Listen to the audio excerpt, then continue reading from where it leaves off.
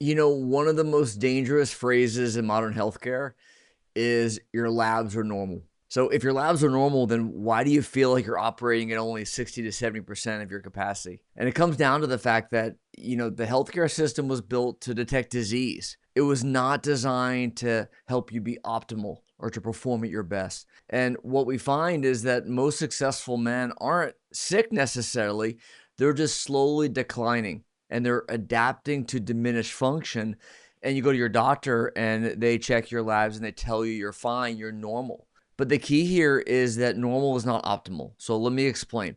When you go to your doctor, they are looking at the reference range on the side of your lab slip, lab results.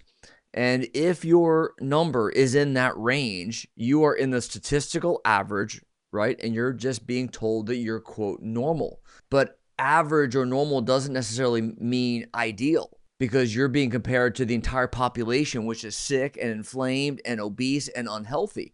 And so now you're just getting labeled as normal when in fact what they're really looking for, what your doctor's really trying to decide is, are you sick or not? And if you're in that reference range, you're basically not sick in their eyes. And so therefore you're, quote, normal. But the better question is, are the labs where they need to be? Am I functioning at the highest level? Are my labs optimal, not necessarily normal? And that's really the key reframe here, is that normal is not the same thing as optimal.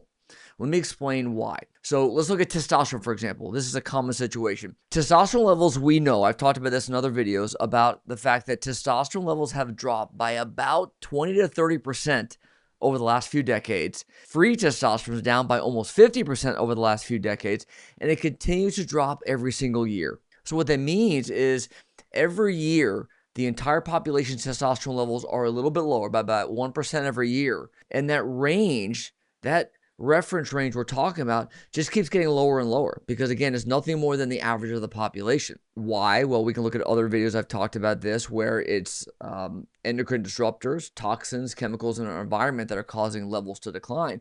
But nonetheless, we know that levels are declining and that reference range keeps getting lowered. And so you're basically being compared basically where the bar gets lower and lower and lower as you're compared to the unhealthy population as the benchmark. Your dysfunction, your low level start to look, quote, normal or okay when they're just not. And so I like to think of reference ranges as really just the disease standard, right? They're not performance standards. It's really just looking for sickness, illness, disease. And so a normal lab result, such as testosterone, does not mean you're at optimal function. It's really, are you alive? Not necessarily are you performing at the highest level. And so what happens? You go to your doctor and your doctor tells you you're fine. Your labs are normal. Your testosterone level is normal. Other hormone levels are normal. In the meantime, what happens? Your energy is slowly declining. Your recovery is slower. Your focus is more and more difficult to sustain. You can't burn that belly fat. You can't build muscle. You're killing yourself in the gym, not seeing any results. Your sleep quality worsens. And what do? You try to compensate, right? You try to adapt more caffeine. Maybe it's just discipline, willpower. I'll grind harder. I'll stress my system even more to try to keep up and try to perform. Well, what's happening is that's actually your downfall because that's making it even worse. And a lot of those things that you're doing are actually feeding back and lowering your testosterone level, for example, even more. And so what happens is the more you try to push this, the stronger you get at trying to overcome it. You're hiding the problem, first of all. And by not addressing it, you may be actually making it worse. And this is a gradual process. It doesn't happen overnight. It's a slow, gradual decline. And you compensate and you adapt with this dysfunction getting worse and worse over time until that really becomes your new normal. And I think that, the danger isn't collapse. The danger is adaptation. The danger is believing that's where you're supposed to be and normalizing it. And again, that bar gets lowered so much that we think that's where we're supposed to be. And so, again, make no mistake about it, the standard labs are looking for disease. They're calibrated around pathology. And in fact, looking at testosterone again, when you go to your doctor and they tell you that you're, quote, normal, or maybe you're in the low end of normal, they're looking for a diagnosis. And the diagnosis is technically hypogonadism. Okay, that's an actual ICD-10 diagnosis code that we use in the medical profession that would now qualify you for therapy, for testosterone replacement therapy, for example. But you are now diagnosed as a man with hypogonadism. That's actually a disease state. But what we're looking for here is we're not looking for disease. We're not trying to treat pathology and say whether you're sick or not. What we're trying to answer here is, does your biology support the demands of your life? And in many cases, it doesn't. In many cases, it's at a very low, negligible level, and you just tolerate it, and you're medically normal, but you're performing far below your capacity simply because they're not where they need to be. Your testosterone levels, your DHEA, your nitric oxide, your growth hormone, it goes on, all these hormone levels that are not optimized. And so this is why disease treatment and disease prevention versus performance optimization are just not the same conversation.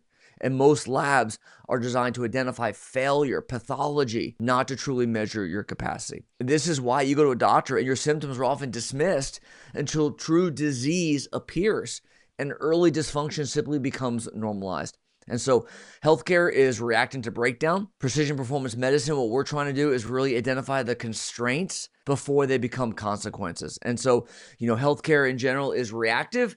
We are being proactive. And we're not waiting for decline to happen. We're trying to be proactive and focus on optimization instead. And what's interesting about all this is when men get on testosterone replacement therapy, when we optimize their testosterone levels to where they need to be, what happens almost uniformly is men didn't even realize how bad they felt until they start feeling better again, until we optimize levels where they're supposed to be. And now suddenly they're able to think better. They're able to perform and lead and recover and show up every day like they need to, like they're supposed to, because they're no longer staying in that normal range. They're now optimized. And so if you're only looking for disease, you're going to miss dysfunction for years. The goal is to identify constraints before they become consequences. Now, once you identify those constraints, that's when everything can change. So in summary here, most high-performing men are not operating anywhere close to their true capacity. And the problem is they've adapted to normal labs instead of being optimized, instead of being where they need to be, when in fact, normal was never the goal. We want to be optimized.